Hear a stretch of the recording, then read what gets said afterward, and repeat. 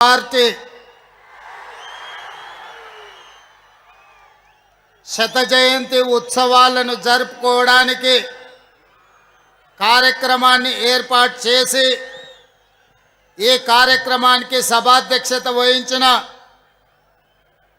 మిత్రులు, నాకు అత్యంత సన్నిహితులు కూనంనేని సాంబశివరావు గారు సభాధ్యక్షత వహించి భారతదేశంలో ఉన్న ఉద్దండులైన కమ్యూనిస్టు నాయకులనే కాకుండా దాదాపుగా 40 దేశాలకు సంబంధించిన కమ్యూనిస్టు నాయకత్వాన్ని ఆహ్వానించి ఈరోజు కమ్యూనిస్టుల కంచు కోట అయిన ఖమ్మంలో వేలాది మంది కమ్యూనిస్టు ఎర్రజెండా సోదరుల సమక్షంలో ఈ అద్భుతమైన కార్యక్రమాన్ని ఏర్పాటు చేసి ఈ దేశంలో మతతత్వ శక్తులకు వ్యతిరేకంగా ఎర్ర జెండా నిటారుగా నిలబడి కొట్లాడుతుంది అని ఈ ఖమ్మం గడ్డ మీద నుంచి నినదించినందుకు మనస్ఫూర్తిగా కామ్రేడ్ సోదరులను నేను అభినందిస్తున్నా.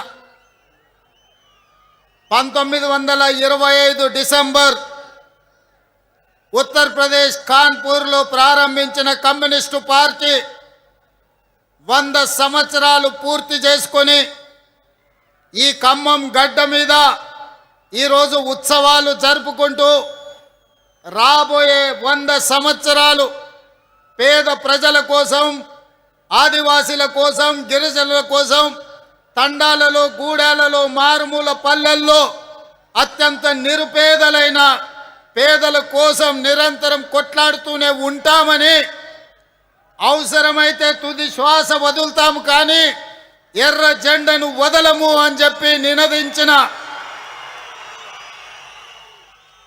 కమ్యూనిస్టు మిత్రులను స్ఫూర్తిగా తీసుకొని మొన్న జరిగిన ఎన్నికల్లో పాశవికంగా వ్యవహరిస్తున్న ప్రభుత్వాలను పడగొట్టినం. మిత్రులారా, ఈనాడు ఈ వేదిక మీద నుంచి ఈ రాష్ట్రమే కాదు ఈ దేశాన్ని పట్టి పీడిస్తున్న పాశవిక శక్తులను ఓడించడానికి మనం ప్రతిజ్ఞ చేయాల్సిన అవసరం ఉన్నది. ఆనాడు ఈ దేశంలో దేశ స్వతంత్రం కోసం రవి అస్తమించని రాజ్యాన్ని నడిపిన బ్రిటిష్ తెల్ల దొరలకు వ్యతిరేకంగా 140 సంవత్సరాల అనుభవం ఉన్న ఇండియన్ నేషనల్ కాంగ్రెస్ 100 సంవత్సరాలు అలుపెరగని పోరాటం చేసిన కమ్యూనిస్టు సోదరులు కొట్లాడితేనే ఈ దేశానికి స్వతంత్రం వచ్చింది. స్వతంత్రం వచ్చిన ఈ దేశంలో పేద ప్రజల కోసం తండాలలో, గూడాలలో, మారుమూల పల్లెల్లో ఉన్న ఆదివాసీల కోసం, గిరిజనుల కోసం, బలహీన వర్గాల కోసం, కార్మికుల కోసం, రైతుల కోసం, రైతు కూలి సంఘాల కోసం మీరు నినాదాలు చేసిండ్రు, మీరు పోరాటాలు చేసిండ్రు, మీరు అవసరమైతే ప్రభుత్వం మీద యుద్ధమే ప్రకటించారు. మీరు పోరాటాలు చేస్తే మీరిచ్చిన నినాదం దున్నేవాడికే భూమి అని ఎర్ర జెండా సోదరులు నినాదం ఇస్తే ఆ నినాదాన్ని చట్టం చేసి జమీందారుల దగ్గర, జాగీదారుల దగ్గర, భూస్వాముల దగ్గర ఉన్న లక్షలాది ఎకరాలను ఆనాడు బూర్గుల రామకృష్ణారావు గారు, పివి నరసింహారావు గారు, శ్రీమతి ఇందిరాగాంధీ గారు అగ్రికల్చర్ సీలింగ్ యాక్ట్ తీసుకొచ్చి లక్షలాది ఎకరాలను భూస్వాముల నుంచి గుంజుకొని పేద ప్రజలకు పంచిపెట్టిన చరిత్ర కాంగ్రెస్ పార్టీది. అదేవిధంగా రైతు కూలీలు వెట్టి చాకిరి చేస్తుంటే, దొరల గడీల దగ్గర బానిసలుగా బతుకుతుంటే, వాళ్ళ హక్కుల కోసం వాళ్ళ రక్తాన్ని చెమటగా మార్చి గడీలలో గుమ్మీలు నింపుతుంటే రైతు కూలీ చట్టాలు ఉండాలి, రోజుకు 8 గంటల శ్రమకు కూలి ఇవ్వాలి అని మీరు పోరాటాలు చేస్తే కనీస వేతన చట్టం తీసుకొచ్చి ఆ కార్మికుల కోసం, కర్షకుల కోసం చట్టాలను, శాసనాలను చేసింది కాంగ్రెస్ పార్టీ. అదేవిధంగా ఈ భూమి మీద ఏ వస్తువు ఎవరైనా తయారు చేయని, ఆఖరికి అగ్గిపెట్టే సబ్బు బిల్ అయినా ఉత్పత్తి చేసేవాడే ధరను నిర్ణయిస్తే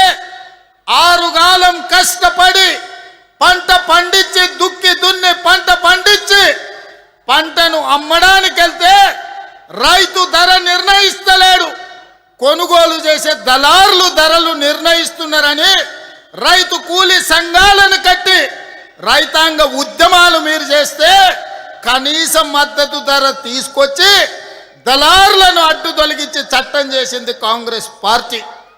మిత్రులారా, ఆనాడు రిజాకర్లకు వ్యతిరేకంగా, నిజాం నవాబులకు వ్యతిరేకంగా సాయుధ రైతాంగ పోరాటాన్ని నిర్మించి ఆనాడు 4000 మంది ఎర్ర జెండా వీరులు నేల కొరుగుతేనే ఆనాడు మీరు నిర్మించిన సాయుధ రైతాంగ పోరాటమే తెలంగాణ రాష్ట్రానికి, హైదరాబాదు రాష్ట్రానికి విముక్తి కలిగించడానికి పునాదులు పడ్డాయి.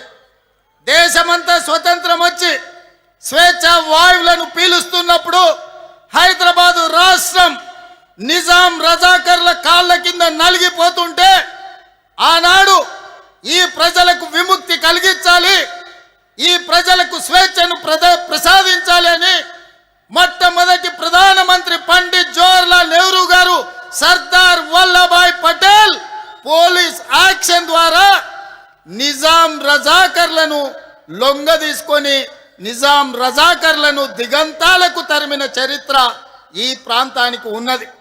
ఆనాడు జరిగిన సాయుధ రైతాంగ పోరాటంలో పుచ్చలపల్లి సుందరయ్య గారు కావచ్చు, చెన్నంనేని రాజేశ్వరరావు గారు కావచ్చు, అలా చెప్పుకుంటూ వెళ్తే ఆ తర్వాత చంద్ర రాజేశ్వరరావు గారుతో పాటు ఆనాడు ఈ ప్రాంతానికి సంబంధించి స్వతంత్రం వచ్చిన తర్వాత కూడా భారత కమ్యూనిస్టు పార్టీ తరఫున పోరాటం చేసిన నల్లమల గిరిప్రసాద్ గారు, అదేవిధంగా శేషగిరిరావు గారు ఈ ప్రాంతం నుంచి ప్రాతినిధ్యం వహించారు. ఈరోజు ఈ వేదిక మీద పువ్వాడ నాగేశ్వరరావు గారు కూడా ఉన్నారు, ఆనాడు సిపిఐ ఉద్యమాలలో పాల్గొన్న వాళ్ళు. మిత్రులారా, ఇవాళ ఒకే ఒక్క మాట నేను ఈ వేదిక మీద నుంచి మీకు విజ్ఞప్తి చేయదలుచుకున్నా. ఆనాడు బ్రిటిష్ వాళ్ళతో ఎంత ప్రమాదం ఉండేనో ఈనాడు ఉన్న బీజేపీ అంటే బీజేపీ భారతీయ జనతా పార్టీ కాదు, ఇది బ్రిటిష్ జనతా పార్టీ. బ్రిటిషర్స్ విభజించు, పాలించు, పేదవాళ్ళను అనగదొక్కు అన్న ఆలోచన బ్రిటిషర్స్ నుంచి ఇచ్చిన ఆలోచనతోటే ఈనాడు మనల్ని అణిచివేయాలని చూస్తుంది. ఇవాళ పేదల కోసం, రైతు కూలీల కోసం, భూమి లేని నిరుపేదల కోసం యూపీఏ ప్రభుత్వంలో ఆనాడు కమ్యూనిస్టు కాంగ్రెస్ పార్టీ కలిసి జాతీయ ఉపాధి హామీ పథకాన్ని తీసుకొస్తే ఈనాడు ఆ జాతీయ ఉపాధి హామీ పథకాన్ని రద్దు చేసింది. గ్రామాల నుంచి వలసలు తగ్గినాయి చట్టం ద్వారా. గ్రామాలలో కూలీలు తమ కూలిని తాము నిర్ణయించే శక్తి జాతీయ ఉపాధి హామీ చట్టం ఇచ్చింది. ఇవాళ అదానీ అంబానీలకు కూలీలు దొరకడం లేదు, ప్రజలు వలసలు పోవడం లేదు, నగరాలు వలసలు పోయే రోజులు మారిపోయి మొన్న వచ్చిన కరోనా సమయంలో ఈ దేశంలో ఉండే పేదలను ఆదుకోవడానికి జాతీయ ఉపాధి హామీ పథకమే ప్రయోజనం చేకూరింది. ఇవాళ నరేంద్ర మోడీ ప్రభుత్వం జాతీయ ఉపాధి హామీ పథకాన్ని తూట్లు పడిచి నిర్వీర్యం చేసి ఆ పథకాన్ని రద్దు చేయడం ద్వారా మళ్ళీ రైతులు, రైతు కూలీలు గ్రామాలు వదిలి పట్టణాలకు వలసపోయే పరిస్థితి. పట్టణాలకు వలసెళ్తే మళ్ళీ వెట్టి చాకిరి వస్తుంది. అదానీ అంబానీలకు అగ్వకు సగ్వకు కూలీలు దొరుకుతారు. అందుకే ఈనాడు నరేంద్ర మోడీ గారు ఈనాడు కార్పొరేట్ కంపెనీల చేతిలో కీలు బొమ్మగా మారి జాతీయ ఉపాధి హామీ చట్టాన్ని రద్దు చేసి మళ్ళీ మల్టీనేషనల్ కంపెనీలకు మన హక్కులను తాకట్టు పెట్టే ప్రయత్నం చేస్తున్నాడు. అందుకే మిత్రులారా, ఈనాడు ఈ దేశంలో మొదటి స్వతంత్ర ఉద్యమంలో బ్రిటిషర్స్ని ఈ దేశం నుంచి తరిమినాం. దానితోని మనకు స్వేచ్ఛ వచ్చినట్టు కాదు. నిజమైన స్వేచ్ఛ, కమ్యూనిస్టులు కోరుకున్న స్వేచ్ఛ, దోపిడీ ఆగాలి, పేదలకు మేలు జరగాలి, రైతు కూలీ హక్కులను కాపాడాలి అనేదే మీ పోరాటం. ఆ పోరాటానికి అండగా నిలబడ్డది కాంగ్రెస్ పార్టీ. మీ పోరాటాలను, మీ నినాదాలను చట్టాలు, శాసనాలు చేసి ఈ దేశంలో రైతాంగాన్ని ఆదుకున్న పార్టీ కాంగ్రెస్ పార్టీ. ఈరోజు ఈ దేశంలో రాజ్యాంగాన్ని మార్చడానికి పేదల హక్కులను కొల్లగొట్టడానికి మొన్న జరిగిన ఎన్నికల్లో భారతీయ జనతా పార్టీ 400 సీట్లు అడిగింది రాజ్యాంగాన్ని సమూలంగా మార్చాలి అని. కానీ ప్రజలు, కమ్యూనిస్టులు, కాంగ్రెస్ పార్టీ, మా నాయకుడు రాహుల్ గాంధీ గారు అందరితో నిలబడి కాంగ్రెస్కు అధికారం ఇవ్వండి, ఒకవేళ బీజేపీకి 400 సీట్లు ఇస్తే రాజ్యాంగాన్ని సమూలంగా మారుస్తారు, రిజర్వేషన్లు రద్దు చేస్తారని ప్రతి గ్రామానికి వెళ్ళి చెప్పిండు. అందుకే ఈనాడు బీజేపీకి 240 సీట్ల దగ్గరనే ఆగింది. మరి పరోక్షంగా ఈనాడు మళ్ళీ రాజ్యాంగాన్ని చెరబట్టడానికి భారతీయ జనతా పార్టీ ప్రయత్నం చేస్తుంది. దాంట్లో భాగంగానే ఎస్ఐఆర్ తీసుకొచ్చిండ్రు, పేదల ఓటు హక్కును తొలగిస్తున్నారు. ఇది ఈనాటి ప్రయత్నం కాదు. ఆనాడు భారత రాజ్యాంగం ఏ విధంగా ఉండాలో డాక్టర్ బాబాసాహెబ్ అంబేద్కర్ని చైర్పర్సన్గా పెట్టి కాన్స్టిట్యూయెంట్ అసెంబ్లీలో చర్చ జరిగినప్పుడు గోల్వాల్కర్ సిద్ధాంతం నమ్మినోళ్ళు పేదలకు ఓటు హక్కు ఉండొద్దు అన్నారు. ఆనాడు డాక్టర్ బాబాసాహెబ్ అంబేద్కర్, మహాత్మా గాంధీ గారు పేదలకు ఓటు అనే హక్కు ఆయుధాన్ని చేతిలో పెట్టి పరిపాలన చెయ్యడానికి ఎవరు ఉండాలో నిర్ణయించమనే అధికారం ఇచ్చిండు. మరి ఈనాడు ఆ ఓటు హక్కును తొలగించడానికి బీజేపీ ఎస్ఐఆర్ ఉపయోగిస్తున్నది. మిత్రులారా, ఈ దేశంలోనే పుట్టి ఈ దేశంలోనే పెరిగి ఇక్కడ చనిపోతే ఈ మట్టిలో కలిసే మూలవాసులైన ఆదివాసీలను మీ ఆనవాళ్ళు తీసుకురండి, మీ ఆధారాలు తీసుకురండి, అప్పుడే మీకు ఓటు హక్కు ఇస్తామంటే ఇక్కడనే పుట్టి ఇక్కడనే పెరిగి ఇక్కడనే ఈ అడవుల్లో ఉండే జాతులు ఎక్కడి నుంచి ఆధారం తీసుకొస్తారని నేను అడుగుతున్నా. అందుకే మిత్రులారా, ఈ దేశంలో కుట్ర జరుగుతుంది. అధికారాన్ని శాశ్వతంగా అంటి పెట్టుకోవాలని పేదల వ్యతిరేక ప్రభుత్వం భారతీయ జనతా పార్టీ ప్రయత్నం చేస్తుంది. ఈనాడు శ్రీమంతుల ఓటు ఎక్కడ పోదు, కార్పొరేట్ కంపెనీల హక్కులు ఎక్కడికి పోవు. ఈనాడు తెచ్చిన ఎస్ఐఆర్ భూమి లేని నిరుపేదలు, రైతు కూలీల హక్కులు పోతాయి. వాళ్ళ ఓటు హక్కు పోతే వాళ్ళ రేషన్ కార్డు పోతుంది, వాళ్ళ రేషన్ కార్డు పోతే వాళ్ళకున్న ఆస్తులు పోతాయి. ప్రభుత్వం అందించే సంక్షేమ పథకం ఏది కూడా అందదు. ఈ దేశంలో ఏది కావాలన్నా ఓటు హక్కు ఉన్నవాడికే ప్రభుత్వాలు ఈరోజు సంక్షేమ పథకాలు ఇస్తున్నాయి. ఒకవేళ ఓటే తొలగిస్తే రేషన్ కార్డు పోతుంది, మీ ఇల్లు పోతుంది, మీకు వచ్చే పెన్షన్ పోతుంది, మీకు వచ్చే ప్రభుత్వ సంక్షేమ పథకాలు అన్నీ పోతాయి. ఈరోజు పేదవాళ్ళ హక్కును కాల రాయడానికే బీజేపీ కంకణం కట్టుకున్నది. అందుకే మిత్రులారా, ఈరోజు అప్రమత్తంగా ఉండవలసిన పరిస్థితి వచ్చింది. ఈరోజు నువ్వు కాంగ్రెసా, కమ్యూనిస్టా లేదా ఇంకెవరా అని ఆలోచన చేసే సందర్భం కాదు. కాంగ్రెస్ అయినా కమ్యూనిస్ట్ అయినా ప్రజాస్వామ్యాన్ని కోరుకునే ప్రతి వారు ఏకమై నరేంద్ర మోడీకి వ్యతిరేకంగా ఈ దేశంలో దండు కట్టాలి, ఈరోజు పోరాటం ప్రకటించాలి. అప్పుడే ఈ ప్రజాస్వామ్యం బతుకుతుంది. ప్రజాస్వామ్యాన్ని బ్రతికించడానికి, పేద ప్రజల హక్కులు కాపాడడానికి మనందరం కలిసికట్టుగా పని చెయ్యాలి. అందుకే ఎర్రజెండా సోదరులు ఆహ్వానించగానే తప్పకుండా ఖమ్మం వస్తా, 100 సంవత్సరాల మీ శత జయంతి ఉత్సవాలలో పాల్గొంటా. ఇవాళ మీరు వేరు మేము వేరు కాదు, మీరు ప్రజల కోసం కష్టపడతారు, ప్రజల కోసం కొట్లాడతారు. మీరు కొట్లాడి మీరు ఇచ్చే నినాదాలను చట్టం శాసనం చేసే పార్టీ కాంగ్రెస్ పార్టీ. ఇవాళ ఈ అధికారంలో మీ సహకారం కూడా ఉన్నది, మీ శ్రమ కూడా ఉన్నది. మిత్రులారా, ఇది పేదల రాజ్యం, ఇది పేదల ప్రభుత్వం.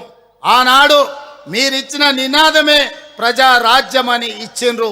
ఆనాడు మీరు ఇచ్చిన పిలిపే ఈనాడు పేద ప్రజలకు ఒక ప్రభుత్వాన్ని ఏర్పాటు చేసినాం. భవిష్యత్తులో కూడా ఇవాళ ఒక్క మాట చివరిగా చెప్తాను. ఖమ్మం జిల్లాకు ఒక ప్రత్యేకత ఉన్నది. నరేంద్ర మోడీ, అమిత్ షా ఇద్దరు కలిసి వచ్చినా ఖమ్మం జిల్లాలో 2 సర్పంచులను కూడా గెలిపించుకోలేరు. ఈ గడ్డ మీద తులసి వనంలో గంజాయి మొక్కలకు స్థానం లేదు. ఈ ఖమ్మం జిల్లా గడ్డ మీద భారతీయ జనతా పార్టీకి సర్పంచులు కూడా గెలిపించుకోలేరు.